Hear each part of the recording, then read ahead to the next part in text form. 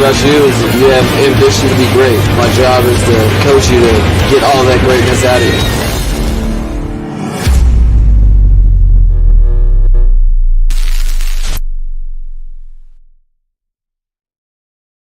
What's good, Finn Nation? What's good? It's your boy Reason, and we are back here for another one. I hope everyone is having an absolutely fantastic middle of the week. It is officially hump day, so I hope everyone is having a absolutely fantastic middle of the week. We're getting closer and closer towards the weekend, so it's a beautiful thing, man. It's a beautiful thing. Again, welcome to my office, everyone. Set up. We got my notes over here on the laptop. I got the glasses for when I got to go out back, and you already know the nameplate tells you where you're at. So I hope everyone, again, is having a fantastic week. It's been kind of a crazy week for me so far. But so far, it's been just another one of those weeks, man. Just been another one of those weeks, chugging along as we get through. Man, long black abyss we are entering right now until we officially get back to football.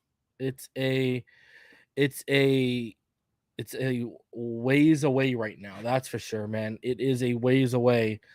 So, that's it's tough, man. We just want football to be here.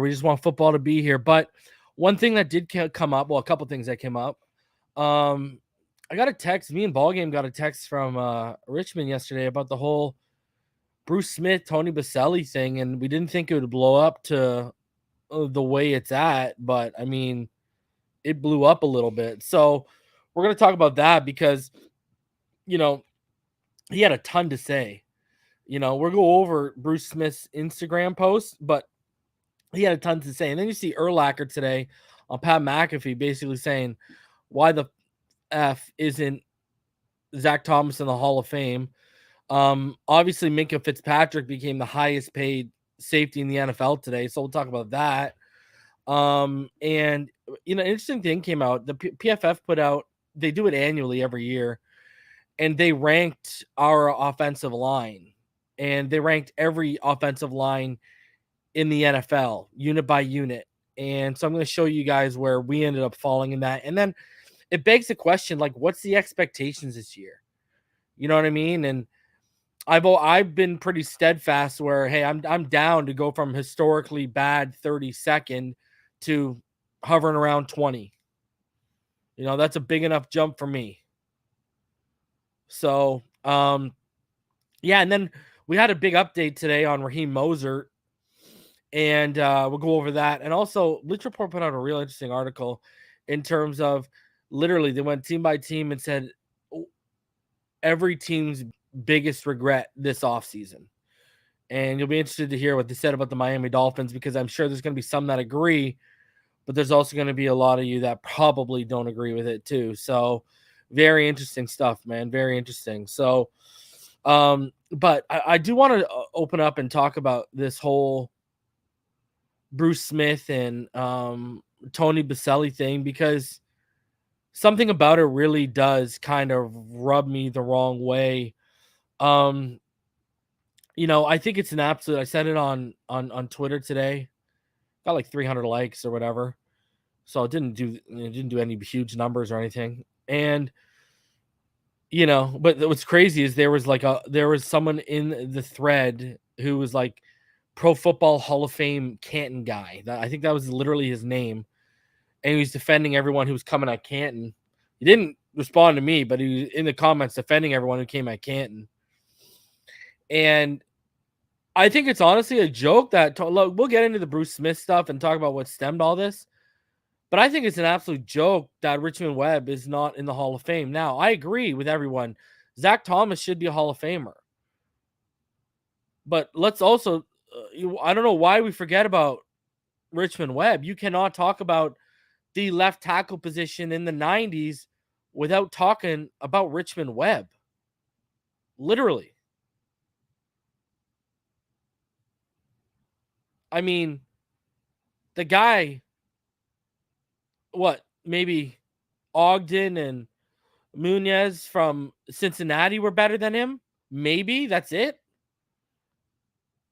You know, Baselli didn't even play long. I mean, let's jump in and let's show you guys what set this off and what started this whole thing. And it's kind of crazy, man. So let's start this off. So let's quickly ready swipe away the desk. And let's get into, I'll show you guys exactly what went down on Instagram. This is what was posted. Now the comments are turned off, and I'm glad Bruce turned off the comments. He actually turned off the comments while I was responding to someone, because here's the issue.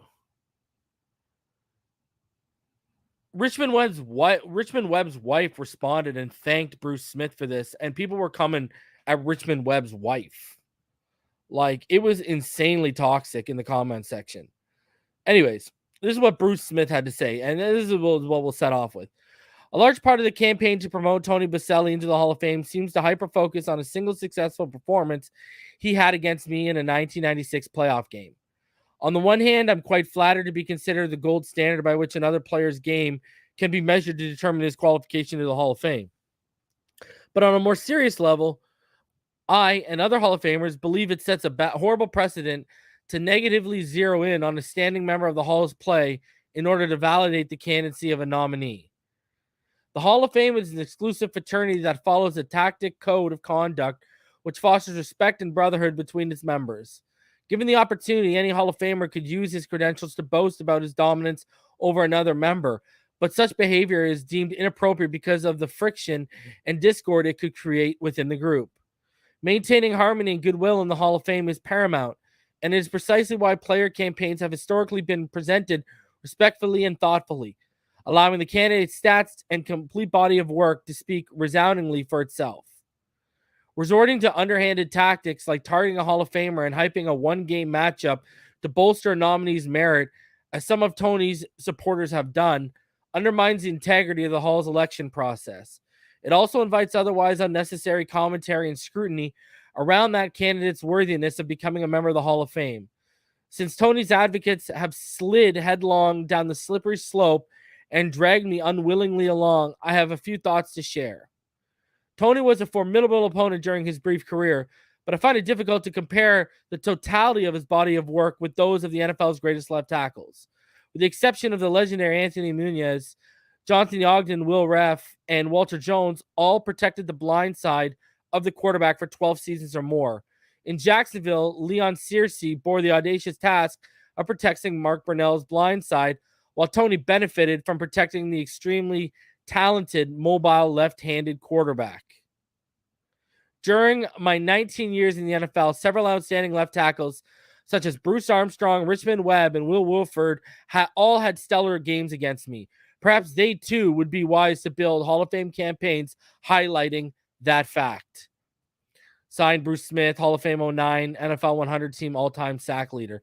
So, a lot of people really got into their feelings. Let's bring that back. Really got into their feelings over Bruce Smith saying what he said, which I thought, I don't think he's wrong. Listen, I'm not taking away from Baselli's accolades, 3-time first team All-Pro, 5-time Pro Bowler.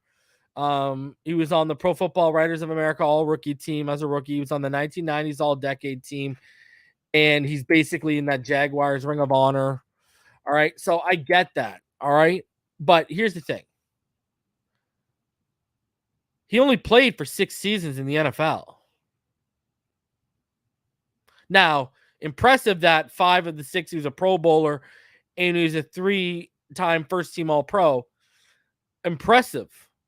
Again, I ain't taking away from him at all. But let's call a spade here. There was one name that was dropped there by Bruce Smith that should be in before Baselli. All right. And that's Richmond Webb. All right. He played 12 years. He protected Marino for 10 of those. 2-time first team All-Pro, 2-time second team All-Pro, so 4-time All-Pro, 7-time Pro Bowler, 1990 to 1996. Also made the All-Rookie team. Also on the 1990s All-Decade team. But here's another thing he did. In playing for 11 seasons for the Dolphins, he set team records for consecutive starts and 7 consecutive Pro Bowls. Marino had been there for already 6-7 years when Richmond Webb arrived, and Richmond did those things. 7 consecutive Pro Bowls. It's an absolute joke that Richmond Webb is not in the Hall of Fame. And I will be damned if my friend Richmond Webb is not going to see that induction within the next 5 to 10 years. This is unbelievable. We're going to start campaigning on this. I've already, I've got something in the works in terms. I don't want to really go into detail of it, but a branch off of that has to do with some merchandise coming.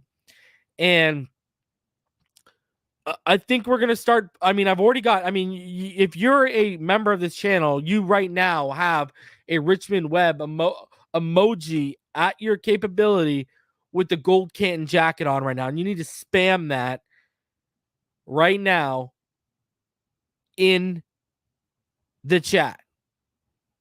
Because listen, I agree Zach Thomas needs to be, and we'll get into that. But Richmond Webb deserves just as much as Zach Thomas to be in the Hall of Fame. And no one can tell me different.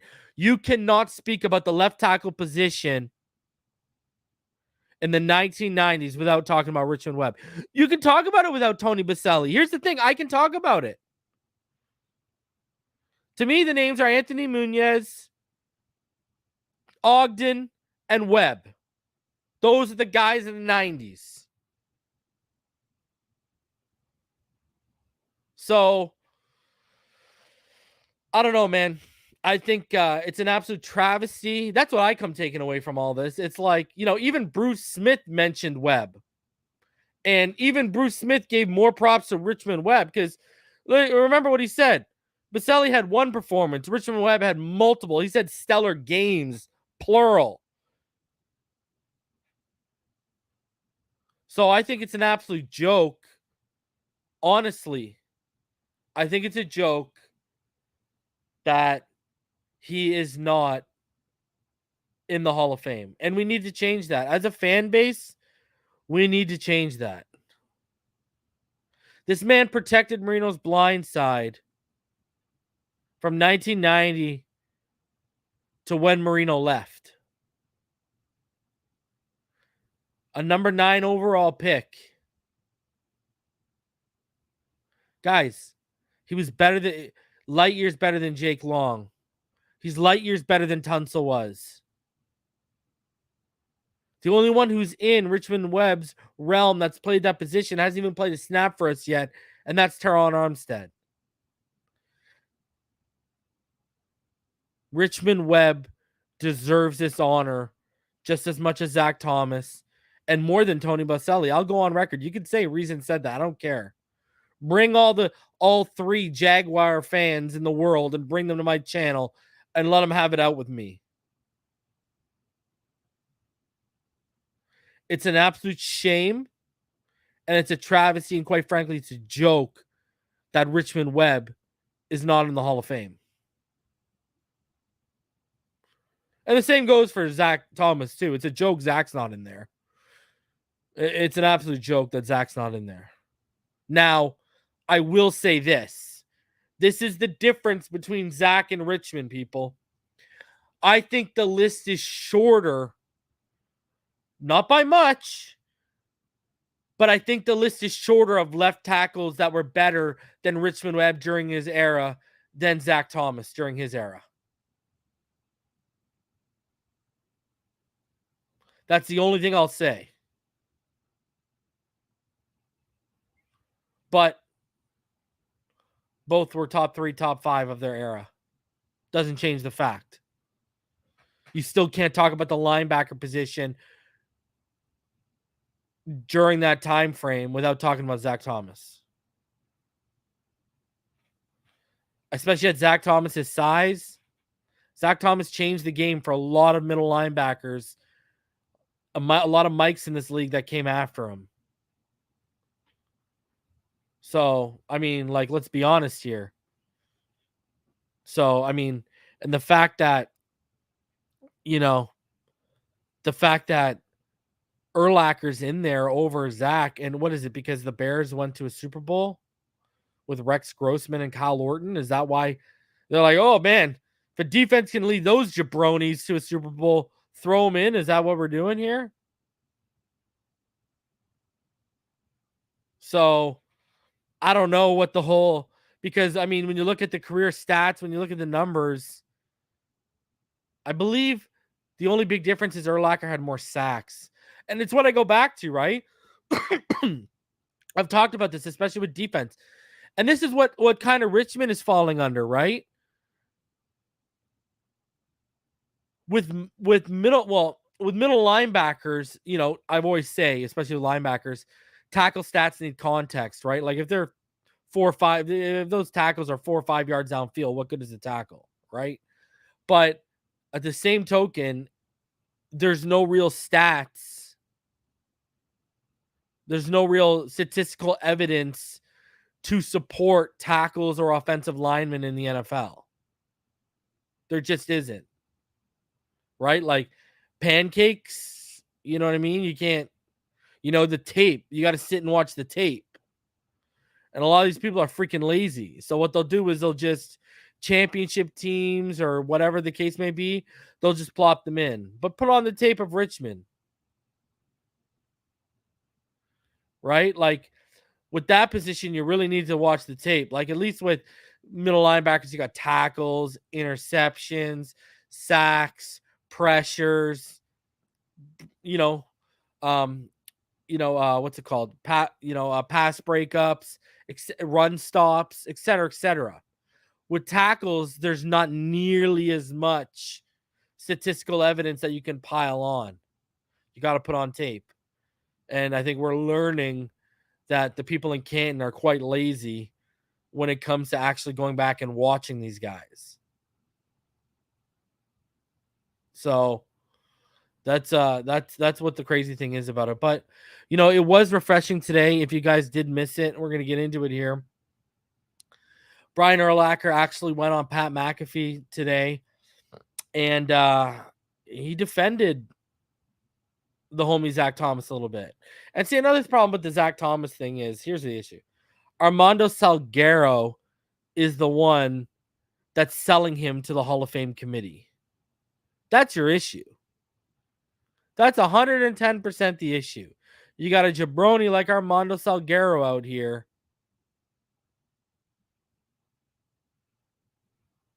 Right? Like, that's a major issue.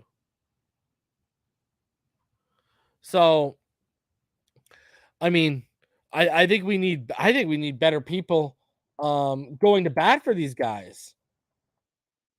Like, that's what I think we need. I think we need better people representing, better voices representing here. I think that's the one major issue. So, I don't know. Personally, it is what it is. We just gotta wait until Armando leaves and then we can roll with someone new. But let's get into exactly what Urlacher said. Guys, smash that like button. 200 of you in the room. Smash that like button. Subscribe if you are new. Let me swipe that away. And then we'll go and let's this is what Urlacher had to say today on Pat McAfee. Leaves the NFL, Normally, and I want to get your point of view on this, and I've said this a lot to a lot of retired guys. Okay. Just talked to Darrell Revis about this, who fucking... He's good. Is he in the Hall of Fame yet? No, he's coming up. Is he I think. not eligible? I think he's coming up. Yeah. Gotcha. Next 2 years, right? Yeah, I think he's going in. Got to. He's a fucking island, that guy. You would think. Well, you know who votes on that? We're not voting on that. See, I thought by the way, first time Hall of Famer in studio. Yeah. Thank you. That is worth saying again. Thank you for coming Thank in you. here. Wish you would have brought the gold jacket, but You should have told me. No, we didn't fucking know until I only- as the show was starting. We didn't know. I you were only first. wear it on request. I only take it to places if someone requests it. I'm like, I'll bring it. In this humidity, we could have never done it in this humidity. We'll call you back in the this middle of humidity. fall or I winter. wouldn't wear it till I got in here. Yeah, With I my understand. outfit, That's it good matched too. decision. Look Well, good. and then you walked in here. There was a little skunk spray too that would It have was gone a off. weird smell. Yeah, I don't want that. No, but I thought Hall of Famers were the ones voting on that whole thing. That's not the way it goes. You are incorrect. It's the media. It's the sports writers, just like the NBA and baseball. It's the sports writers, the guys who played their whole lives and played the game, high school, college, NFL. They vote. Not guys who never play the game are the ones who vote on whether or not these guys who, retired. I'm gonna give you one guy who I cannot. This pisses me off. Zach Thomas. How the fuck is Zach Thomas not in the Hall of Fame? Put his stats up with mine, Ray, any other linebacker who's even close to Hall of Fame or been in the Hall of Fame.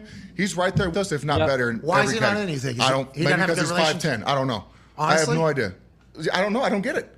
It pisses me off every year. I advocate for him to get in, and he was a finalist a couple years, but they don't put him in. I don't understand it. So we can do a follow-up with this, I guess, and I didn't expect to have this conversation. Sorry. No, don't worry about it. This is good news. People are learning things right now. Yes. So awards that happen, right? I'm a big proponent because of how many I've lost, I think. This is why. Yeah. I think it's because of the Screwed you. amount of awards I've lost. Screwed you. Yeah. Like even back to the high school. I mean, this is high school. I mean, this is an entire thing. Accumulation. Where I've had to reframe awards in my mind, and it's almost like I'm jaded by them, but it's real. Like when somebody gets an award, I think it's awesome. I think it's warranted. Like congratulations. But we should also immediately look at who's voting. Who's voting for the award, because they're the ones deciding. So do we give a fuck what their opinion is or not? Like that is something I'm not saying that we don't for every single one, but there is a lot of that I think kind of should be talked about more that isn't talked about. So the Bears give an award every year. It's called the Brian Pickle Well, hold Award. on. The Bears. Okay, so they bring up like a couple good points here. So let's dive into this. One, it is so nice to see Urlacher as a huge, huge fan of Zach Thomas. And he's right. Again, do I think Ray Lewis was better than Zach Thomas? Yes. But the statistics aren't that far off. They're very, very comparable. Very comparable. Like, he's not that far off. No, he's obviously not Ray Lewis, but he's not far off from being Ray Lewis. He was our Ray Lewis, but he brings up a real good point. Why are people in the media voting on this when it should be players who played the game? Players who played the game make a ton more sense when it comes to voting on these type of things. They have the in-game experience. They have, let's be honest. They have the best eye tests out there. They played it. They know what worked at the level, what was successful at the professional level. And to me, it's just crazy that it's just crazy that we got guys who have never played a sport their whole life. But again, I talk about this all the time.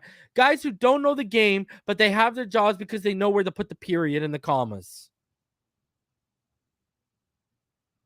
Like, that's absolutely ridiculous. Honestly, it's ridiculous that that's even a thing. It really is. So, I don't know what to say. I really don't know what to say. I agree. And it's honestly refreshing to see even Urlacher be that supportive of Zach. And you heard him say, like, when you put up my stats against his, and again, I know people have seen this hundreds and hundreds of times, but we'll put it up for you guys so you can see exactly what he's talking about. He's not lying.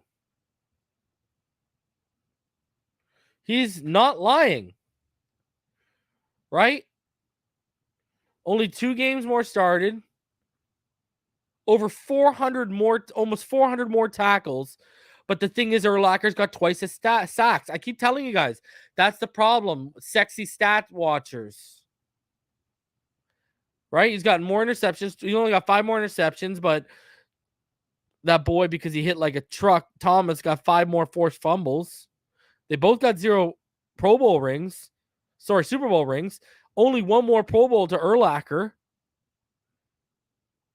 But 1 more All-Pro selection for Zach. Like, when you literally put them up side by side, it makes no sense.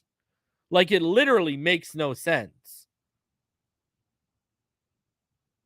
Played the same amount of time and everything. It really makes no sense. The only thing I can point at is they're looking at the sexy stats of sacks and interceptions, and the 41.5 to 20.5 sacks hurt Zach Thomas. That's the only thing I can really point a finger at. That's literally interceptions and mainly sacks are the only thing I can point a finger at. But I mean, all pro means more than Pro Bowls last I checked. And when you look at the stats and when you watch how the two players played, it's literally even more reason why the players should be voting on this. I mean, Urlacher, who's in the Hall of Fame, who played the same position, is saying, I vouch for him every year. So we got players telling us right now, hey, if I was in control of the voting, Zach Thomas would be a Hall of Famer. And again, what means more to Zach Thomas? Some jabroni working for the New York Post voting for him, or a guy like Ray Lewis or Brian Urlacher voting for him and getting him in? Let's ask ourselves that. You care more about what your peers think than what, some jabronis behind a typewriter or one of those old school computer keyboards would have thought. So I don't know, man. I think we have 2 legitimate cases for players on this team that it's an absolute travesty they're not on. And I think it's Zach Thomas and I think it's Richmond Webb. I think both are both should be in the Hall of Fame. We shouldn't even be having this discussion. Shouldn't even be a discussion right now in 2022.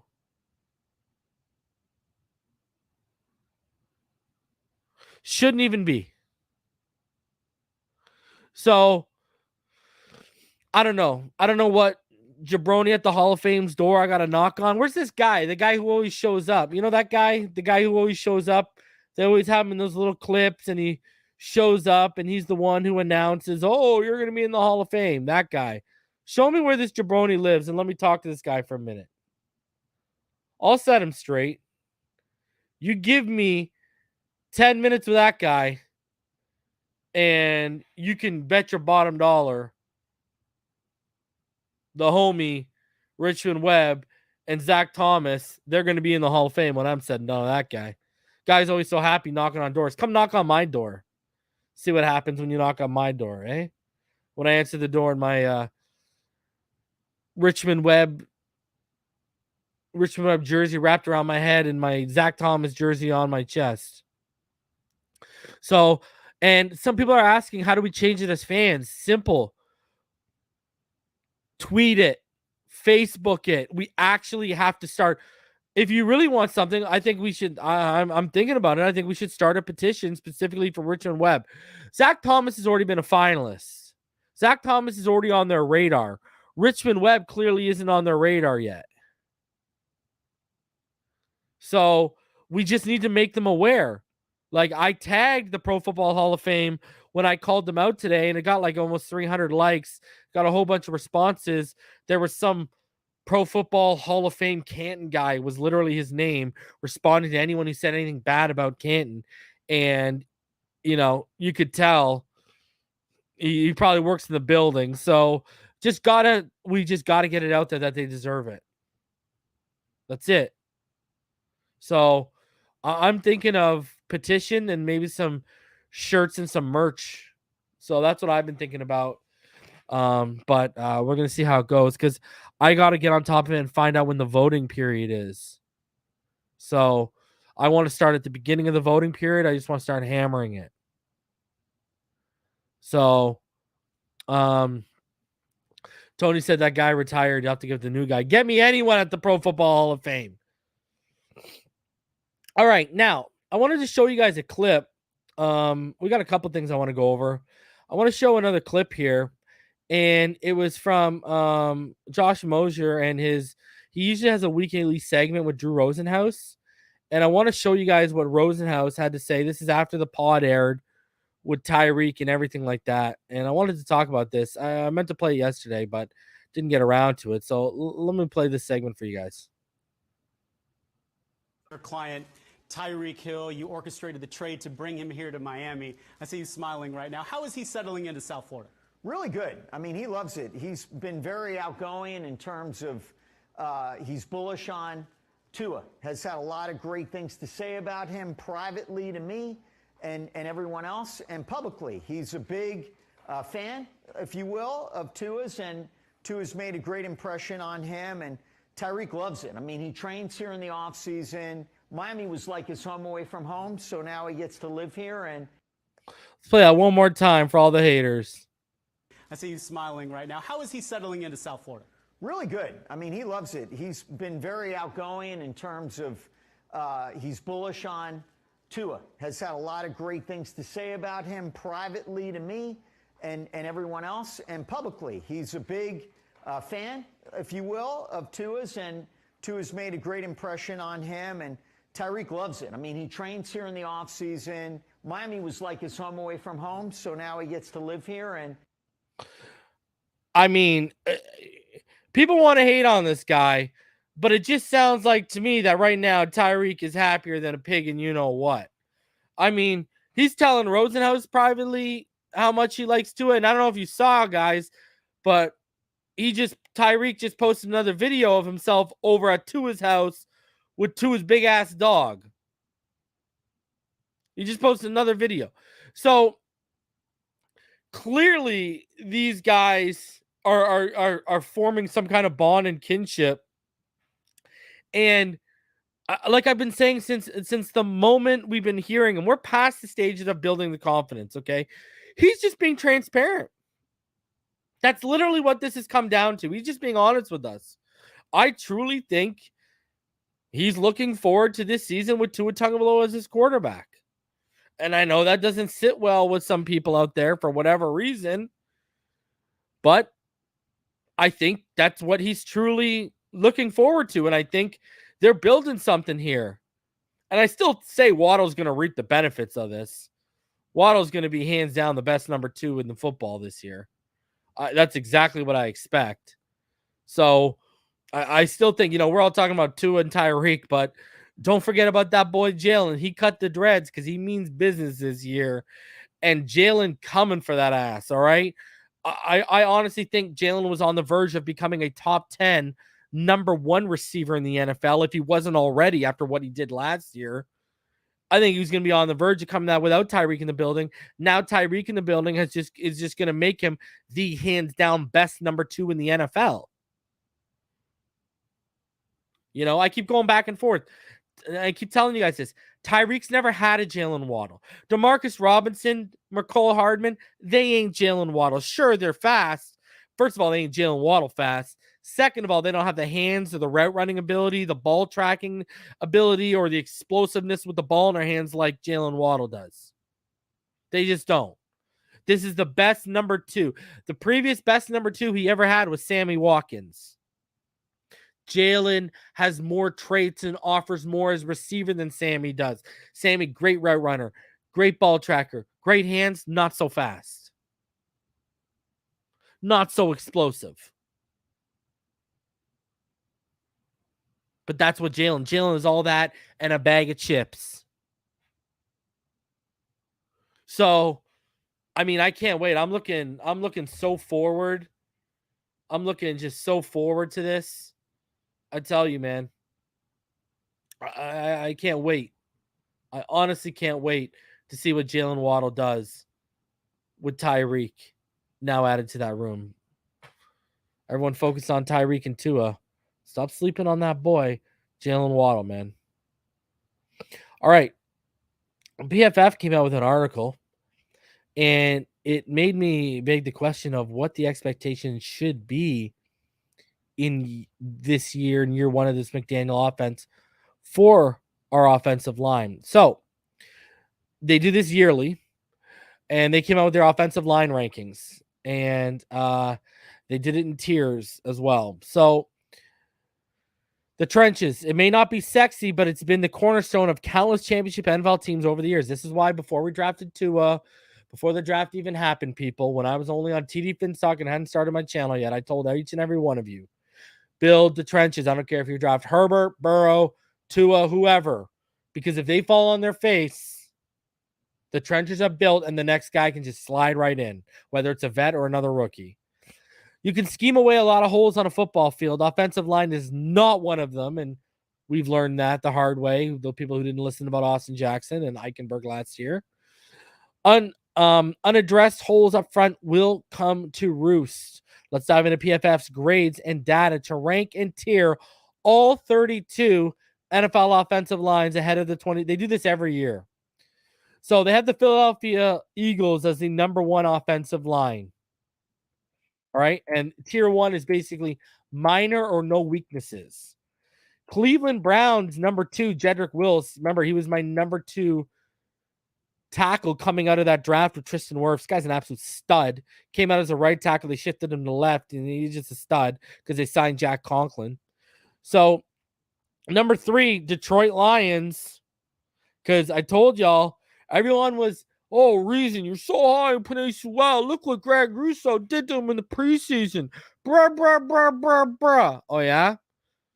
Who disappeared and who was one of the best at their position in the second half of the season? Ding, ding, ding, ding. Russo disappeared when the games mattered. And Penei Sewell, after he stepped in for Taylor Decker for a game or two, I believe it's 2 games, at left tackle for the Lions, and they shifted him back to right tackle. From that moment on, he became one of the best right tackles in football for the rest of the year. So, I mean, they have a line there. Whew. Whew. Jeez. Tampa Bay, they got a line, man. Their weaknesses is Donovan Smith, and he's not that bad. But they are solid on the interior, and they got Tristan Wirfs. So tier 2 high floor, Green Bay Packers. Look at, they let guys walk. They let Balaga walk a couple years ago, who's one of the best right tackles, and they just keep the train moving.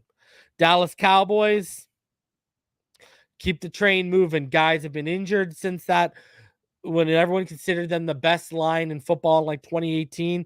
Guys have been injured, guys are gone, and look at Tyler Biadasz. Remember how much we loved Tyler Biadasz in 2020? Slipped out of the first, and they drafted him, and look at, now he's their starting guy. Like they let Lyle Collins walk, and they're still okay. No problem, no hiccup. New England Patriots, it's a recipe for success that's been in New England for 20 years. Bengals, again, look at the jump. Right? They've added Lyle Collins. They brought in Alex Kappa from the Bucks. Ted Karras is the starting center. Jackson Carman and Jonah Williams. They've added 3 guys between, Karras is okay, but Kappa and Lyle Collins, that right side, that's been a 2-year process. Last year, remember, Riley Reif, they drafted Jackson Carman. They tried to get through patchwork. They did. Now they've upgraded even more. Right? That's where we want to be in year 2 with this new staff. Kansas City, Joe Thuney. Anyways, let's keep it rolling. Indianapolis, number 10. Rams, 11. Chargers, 12. Look at that. Rashawn Slater, Matt Feeler, Corey Linsley, Zion Johnson, who they drafted this year, and Trey Pipkins. Like, the upgrading they've done in the two years, my God, Trey Pipkins is the only weakness on that line. All right, high-end potential, the Jets, because they've been building. Becton, Laken Tomlinson, Connor McGovern, Elijah Vera Tucker, George Fant. There's a ton of potential look at that offensive line they built in New York for Zach Wilson. Are you kidding me right now? San Fran, obviously. Washington at 15. Yeah, we're going, boys and girls. Denver at 16. Baltimore at 17. At least one good tackle, tier 4. 18, we got the Giants. 19, we got the Vikings. 20, we got the Buffalo Bills. Spencer Brown, a guy I loved last year, coming out, man. 21, the Saints. That's after Taron Armstead left because they added Trevor Penning. But they still got, look at that, Andres Pete, Eric McCoy, Cesar Ruiz, Ryan Ramczyk. Look at that interior and that right tackle. My God. The Texans. And there you go, 23. Now, this is honestly what have I been telling you guys. I used the Bengals as a baseline for offensive line last year, right? I said they added Riley Reif, we added Taron Armstead, they added Jackson Carman, we added Connor Williams, right? And then the rest of it was kind of, but they already had Jonah Jackson there. We got Austin Jackson. I'll take Jonah over him, but Jonah had been injured up until this point. Anyways, I digress. The upgrades we had done was better, and it brought them up to 22 last year. They're the 22nd ranked offensive line, right? Like a lot of Burrow stuff was off hot reads and on him. It was not on the offensive line. And, they got us Taron Armstead, Connor Williams, Michael Dieter, Robert Huntley, and Eichenberg. Now, they're wrong because it's Jackson at right tackle, it's Connor Williams at center, and it's Eichenberg at left guard, and maybe that would change their ranking. But if we go from 32 to 23 or 22, a 10-spot leap, I'm okay with that. You can get by with that. You can do enough with that if you've got the right personnel and weapons in place. And I do believe we do have the right personnel and weapons in place. Just give Tua more than 2.3 seconds. That's all I'm asking for here, okay? But they say the Dolphins' offensive line should be massively improved in 2022, but that's after the unit was one of the NFL's worst in 2021. Taron Armstead is a top 5 left tackle when healthy and immediately brings stability to the group. With so many draft picks invested in the rest of the offensive line in recent years, there is going to be a lot of training camp competition to shake out this eventual lineup. And they're correct, especially in that last line. But this kind of puts it in perspective. I've been telling you guys, get around 20, right? 23 is around 20. I go 17 to 23 is where I want to fall in at. All right. 18 to 22 is preferable, but we're splitting hairs between 23 and 17. But if we make a jump from 32nd to 23 or 22nd, and all we did was add Taron Armstead and Connor Williams, because here's again, guys, you look at this, guys, we are one injury away to Taron Armstead or Connor Williams. That's me knocking on wood. That we're back in the same position next year. It's just plus we have either Connor or Taron healthy, but we're in the exact same position. So, that's what worries me about Liam Eichenberg being a left guard. Okay, you're putting him between Connor and Taron Armstead. Taron Armstead hasn't played a full season as a pro. What happens when he misses his 2 or 3 games? And I think it's foolish to think you can disguise the anchor. Now, what a lot of stuff happens with zone blocking is a lot of double teams and moving in unison. So maybe they feel they can disguise him by moving Connor with them or moving Taron Armstead with them in unison. But my whole issue is Taron Armstead should be able to go out on an island by himself so you can help whoever's at right tackle with Jackson and Eichenberg. The issue is going to become if we got to help both guys out. And then Connor Williams, we got to expect some learning curves and some bumps in the road as he hones his craft at center. It's not going to happen overnight, and it's not going to happen over one preseason, as much as we all want it to be. The light could go on mid-season. So, we go from splitting up on paper one of the best left sides to now, because Dieter, a guy going into his 4th year as a project, can't get his ish together, and now we got to move Connor out of position. So, and that's the thing. Like, again, Robert Hunt. Now, the thing that I'm okay with is we've seen what Jackson can do with a guy like Kinley next to him. When Kinley in that first year was in his best shape and playing his best ball since he put on the aqua and orange, and especially in the run game, Jackson was phenomenal. So maybe Jackson next to Robert Hunt is gonna, hide a lot of stuff. But we want to be able to send help that way by leaving Taron Armstead on an island, and I don't want to have a guy who's learning a new position and working out the kinks with Connor Williams have to worry about basically masking and blanketing Eichenberg's potential deficiencies at left guard. So here's hoping it works. And I trust this staff. I trust this staff. I trust my coach. They've given me no reason to doubt them up until this point. So I'm going to, just like I said early on with Flores, till he started giving me reason to doubt him. I used to say, trust the flow, Sess. With this man, Mike McDaniel, I'm going to try, and Frank Smith and Matt Applebaum, I'm going to trust the process. They know a whole hell of a lot more than I do, and all of us combined.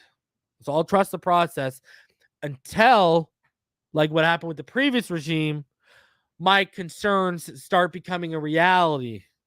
Now, I don't think they will, and I hope they won't will, but unless that happens, I will trust the process. All right? So I think going from historically bad 32nd to potentially 23rd overall would be a huge leap for this team, and I'm here for it. Quite frankly, I'm here for it. So, and if you guys are just curious about who they ranked as the worst offensive line, they got the Panthers behind us.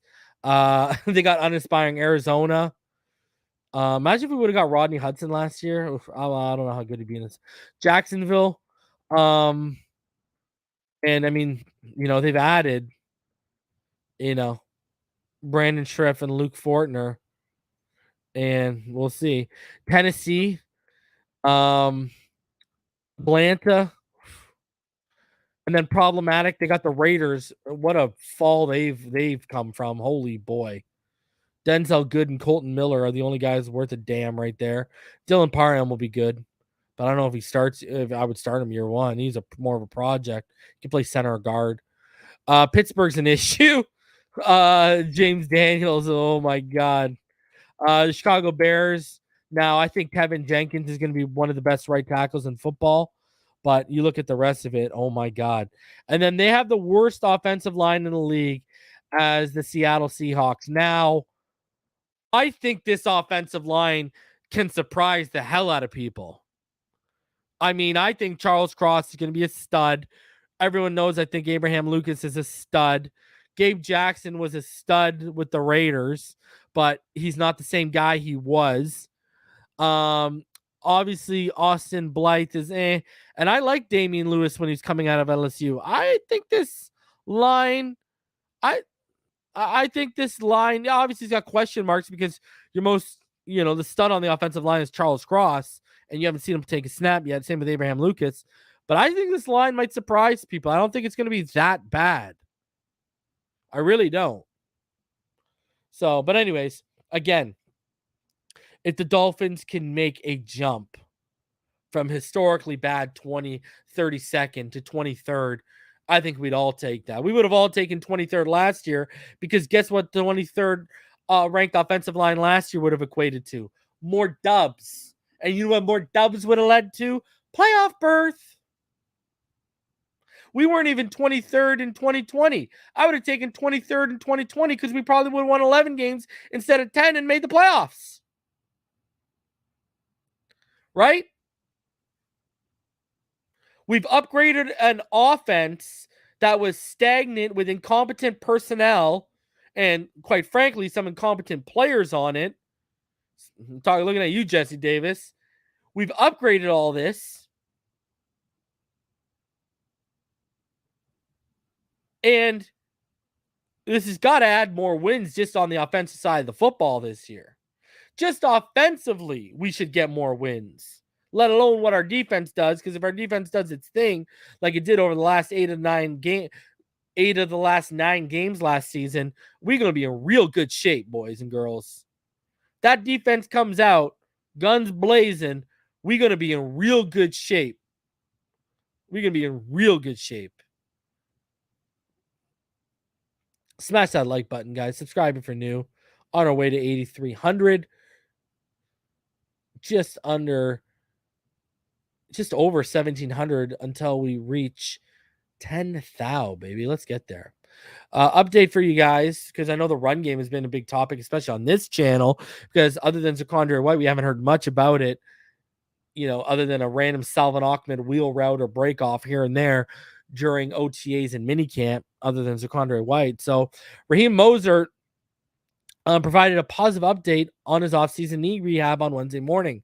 Rehab is going great, close to 100%. He tweeted, Mostert 30, the speedster who signed with the Dolphins in free agency in March, did not participate in the offseason practices during OTAs or minicamp. The injury was originally sustained in the 2021 opener with San Fran on his second carry of the season. We've been very, I wouldn't say cautious, but we've tried not to push the envelope, said Coach Mike McDaniel. The guys that have been hurt are accountable pros that want to play worse than we all want them to play. I can promise that's a fact. There's nothing that is concerning us at the time. I feel very fortunate, but that's the credit to the players because they're working very hard, but they're also working very diligently to protect each other while having fast-paced practices. The week prior to mandatory minicamp, McDaniel said, we are being fairly conservative, but that's on an individual basis. You try to handle that the right way, which makes the most sense for all parties involved. When they're ready, they'll be out there full swing. And he's right. Guys, X has had knee issues. Why? And he's one of your superstars. Why would you play X in the OTAs or minicamp? It makes no sense. Even training camp, go light. The guy knows the defense like the back of his hand. All right? Like Byron Jones. Sure, we all know why he got that scope cleanup, was to make sure he gets his money. We all know that. But at the end of the day, we're not concerned about him missing time because he knows what he's doing. The Dolphins have also had veterans in new prized free agent tackle Teron Armstead, cornerback Byron Jones, and Alec Ingold among players to sit out offseason practices as they recover from 2021 injuries. Now, I'm very curious as to when Alec Ingold is going to be back because we're going to need him. Mostert specifically suffered chip cartilage in the knee on September 14th, 2021. He underwent surgery in mid-October and revealed in early December that he was working without crutches before an off-season of more rigorous rehab. Wanted to give everyone a couple of updates. Family is home and everyone is great. Miles is doing excellent. Rehab is going great, close to 100%. And got a few things coming up that are for the fans and can't be any more excited. And so obviously, he just had his son on June 7th. So that's what he was talking about when he was talking about Miles. Wasn't talking about Myles Gaskin, people. So Mostert and former Arizona Cardinals running back Chase Edmonds were both signed by Miami in the first week of free agency. The Dolphins later added Sony Michel. The new trio is competing with a unit that returns Myles Gaskin, Salvon Ahmed, has had undrafted rookie Zaquandre Wright, and 2021 7th-round pick Jared Dokes. Guys, I think it's done for Dokes. I think it's a wrap for Dokesy. I don't see him making this team. I mean, it's going to be – it sounds like it's going to be hard-pressed for Zaquandre White, for them to throw him on the practice squad right now. So I'm not holding my breath. I mean, there is a real – I've told you guys before, there's a realistic possibility that Salvon Ahmed and Myles Gaskin get cut. It is a realistic possibility that not enough people are talking about right now. Now, I will say this. Ahmed's been making plays that we've heard about. Haven't heard much about Sony Michel in camp. So, there's that. Right? Well, no, again, this is why I cannot wait for training camp when we have hundreds upon hundreds of eyes. Now, I also know at camp that's open to the public and the media, they're only going to show things they want us to see. The real stuff goes on when none of us are there. I see Larnell Coleman taking a step, and I think Robert Jones is going to take a step this season, Hammer. I think Robert Jones can legitimately take a step. I just can't believe what we're hearing about Michael Dieter, and I'm really concerned that they just didn't add as much depth. Like, for example, like Greg Van Roten. I'm pretty sure didn't the Greg Van Roten was just let me see who signed him. I think who signed him? Was it I know he was with the Jets, right? But like there's guys out here, like the Jets signed Riley Reef. Why can't we use Riley Reef? Yeah, Greg Van Roten just got signed by the Bills. Like Greg Van Roten is an interior guy we could use. Riley Reef is a tackle we could use. Like, give us proven depth if anything happens, or if the training don't go the way we want them to. Shout out to Topher for the $19.99 donation. Appreciate you, homie. But that's the thing. Like, I don't like that plan B's and C's are like guys like Larnell Coleman and Robert Jones.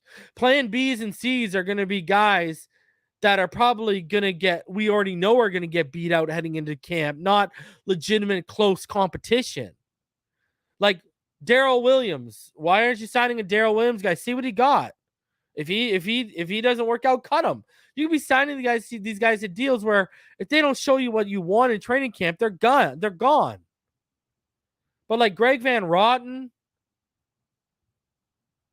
you know what I mean? Riley Reef, these are guys we could have done.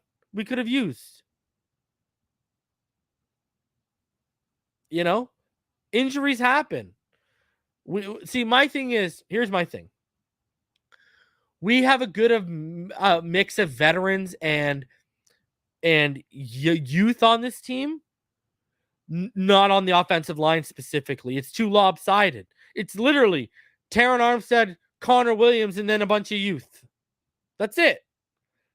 Like, veteran depth goes a long way. Even guys who don't start, but you know when they come in, you can lean on them and depend on them if they have to come in and fill in for a game or two. They go a long way. So, and we got zero depth at center. Like, they basically told us, if anything happens to Connor Williams, we are, pardon my French, fucked at center this year. They've literally told us that. That's literally what they've told us without telling us that, what we've seen through the actions. That if this guy goes down, we are FUCKED'd. Put us on the rotisserie. Whereas you got teams where like, okay, obviously you don't want, let's say Connor Williams is a starter. Look at perfect example, right? Look at the depth that the Patriots have had, specifically at center. They bring back Mark Andrews and Ted Karras last year. So if Andrews goes down, they can bring in Karras. Now, Karras isn't a starter or a world beater, but you can get by 2 or 3 games with him if you have to. We just got way too many question marks, especially depth-wise on this offensive line. We are an injury or two away from being right back to last year. And when Topher says Greg Little is playing C, I want to throw up. Where's my... Oh, I didn't put a basket under the desk. I need to have a basket under the desk for comments like that. Oh, God. Please. So that's a realistic... If you want to point to a weakness or something that could be an Achilles heel for us this season, that's what it is. Again, you got to be objective and call a spade here. That's exactly what it could be. Now, again, I'm knocking on wood. I hope everyone's healthy. I mean, Trent Williams was washed up, injury prone. They only traded, a third and a fifth for him. And now he's a top, he's arguably the best player next to Aaron Donald in the NFL last year. I mean, they were freaking motioning him, for Christ's sake.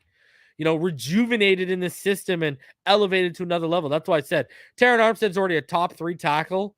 Now he's coming into this system. Terron Armstead about to be the best tackle in the league when he's healthy. And it ain't even going to be close. Watch. So, man, I'm telling you. Here's the thing. If they stay healthy, we got something. If injuries start racking up, our depth is very, very thin. All right, let's keep it rolling here. Bleacher Report, they said our biggest regret of the offseason, because they did an article, one biggest regret every NFL team should have from the 2022 offseason, and they said tagging Mike Gesicki. The Dolphins are smart to retain up-and-coming tight end Mike Gesicki this offseason. They're still trying to find out if quarterback Tua Tagovailoa is their long-term answer under center, and Gesicki has proven to be a reliable receiving option. 2021, he caught 73 passes for 780 yards and 2 touchdowns. That was his second consecutive season with at least 700 receiving yards. However, the Dolphins should regret using the franchise tag on Gesicki instead of signing him to a long-term deal. The Browns have since reset the market middle-tier tight ends. The Browns gave David Njoku a 4-year, $54.75 million contract in late May. That's a ton of money for a tight end who has never been a Pro Bowler, and it changes the market in a way that Mark Andrews' 4-year, $56 million deal from last September did not. Andrews is among the league's best receiving tight ends. Njoku is firmly in a lower tier that includes players like Gesicki and Dalton Schultz of the Cowboys. I'll say Schultz and hold on a sec here. I'll say Schultz and Gesicki are better than Njoku. Njoku's never had a 700-yard season. Well, what are we talking about here? What are we talking about? So I don't know what. I mean, that's why when I went live and talked about that subject, you know, and did I say Mark Andrews earlier when I was talking about David Andrews on the Patriots? I don't know, but I was talking about David Andrews and Karras, so I correct myself if I did. But now reading Mark Andrews, I'm like, did I say Mark Andrews? I think I said David Andrews, but in case I have to correct myself, David Andrews. But you know, here's the thing: you're walking into a system with guys like John Embry who turned Jordan Cameron into a stud, who's worked with Tony Gonzalez, who turned Kittle into a stud, right? Chris Cooley was one of the best tight ends in the league under him. You know, Embry churns out tight ends. So if he's going to take Gesicki's game to another level this year, like I said in that video a while back, it's going to, you know, he's going to come at a pretty hefty price. Gesicki is definitely going to be expensive this year. So, and then I just wanted to keep you guys informed on a few things. Number one, some key dates for you guys to mark in your calendars. February 21st to March 7th is going to be next year's franchise and transition tag window. So again, we'll be watching potentially Gesicki during that window. March 15th will be when the league year and free agency signing period begins next year. And next year's draft will be April 27th to 29th in Kansas City. So hopefully we bring Tyreek out to announce the pick for the Dolphins in 2023. Oh, how sweet that would be, huh? How sweet that would be. And then, guys, something I just wanted to talk about here before we get out of here. I know today the Steelers made Minkah Fitzpatrick the highest paid safety in the NFL. And I know a lot of people were just losing their minds, you know what I mean, with the money they gave him. They gave him basically 18.4, a little bit more than 18.4 million a year. And listen, and it's a 4-year contract too. But hey, you know what? All the power to Minkah. I was never a Minkah hater. A lot of people out here were saying, oh, Minkah, you know, he left because he didn't want to play positions. No, I've already told you guys what the deal was. Minkah had something going on with X, right? He was talking to X's girl a little bit too much from what I understand. And Minkah was basically told, hey, lay off. Minkah didn't. And then Minkah walked in to Flores' office and said, get me out of here. That whole not wanting to play and move around, that was all a cover story. They didn't want to obviously show in the locker room that there was that much dissension going on. But Minkah was never, you know, the way the media painted him and stuff. You know, obviously I'm happy with Javon Holland. I mean, you know, but I mean, one of those guys could have played the box and then we'd have a crazy safety duo with Byron and X right now. But I never really jumped in on the Minkah hate like that. I like the guy. I thought he was a super talented player. It just didn't work out, man. It happens, right? It happens. Now we got Holland. I think Javon Holland is going to be better than Minkah Fitzpatrick when it's all said and done. But I think they could have been a crazy tandem together. I really honestly believe they could have been crazy together. Like, that would have been nuts. You know, who do you put in the box? You know? Either way, I mean, you could rotate them if you really wanted to, because those guys are just, they offer you so much capability at the position. So, I don't know, man. I got no problem with Minkah getting paid. And I know a lot of fans are in their feelings still about Minkah. Get over it. It's just like in a year we ain't gonna be talking about Brian Flores. I mean, we might talk about him in passing, but you know, we're all gonna move on from Flores too, and he will no longer be a hot button topic. Just like, you know, any player that's come through or any coach that's come through. I mean, we don't talk about Chris Forrester or Adam Gase very much anymore, and if we do, it's in passing and to crack a joke.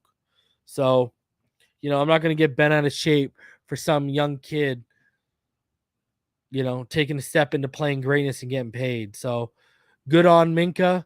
I mean, again, another home run pick by Greer that no one talks about just because it didn't work out. Right? But again, Greer nailed that, did he not? Greer nailed Minkah. Well, pause. That didn't sound right. But he got that pick and he knocked that pick out of the park. So, you know, I ain't gonna sit here and I ain't gonna knock him. And I ain't gonna knock Minkah for getting paid. So, all right, guys. Me personally, I'm either gonna be back tomorrow night or Friday night, or it could be both if something breaks. I'm gonna get that Verone McKinley prospect preview out potentially this weekend. I'm gonna go live for it. If not, then I'll drop it on Friday, but I might go live on this on the weekend, maybe on the Sunday show. Give us, you know, get you guys back in the feeling of Sunday shows, because man, if we ain't gonna have football on Sundays, maybe I can give you football content on Sundays, right? For all of you Panther fans and Ranger fans watching the playoffs, I echo my sentiment. I said it a couple rounds ago. I'll say it again. You know, the Penguins are the best chance to beat the Lightning. Now, I said this weeks and weeks ago, we got to hope that the Colorado Avalanche, when the Penguins got knocked down, the Rangers were facing the Lightning. I said to all of you guys, we got to make sure the Colorado Avalanche do the thing, because they're the best chance at beating the Tampa Bay Lightning, because I don't want to see a three-peat. And go Avalanche. Go Nate McKinnon, all right? So if you're watching hockey, cheer for the Avalanche, all right?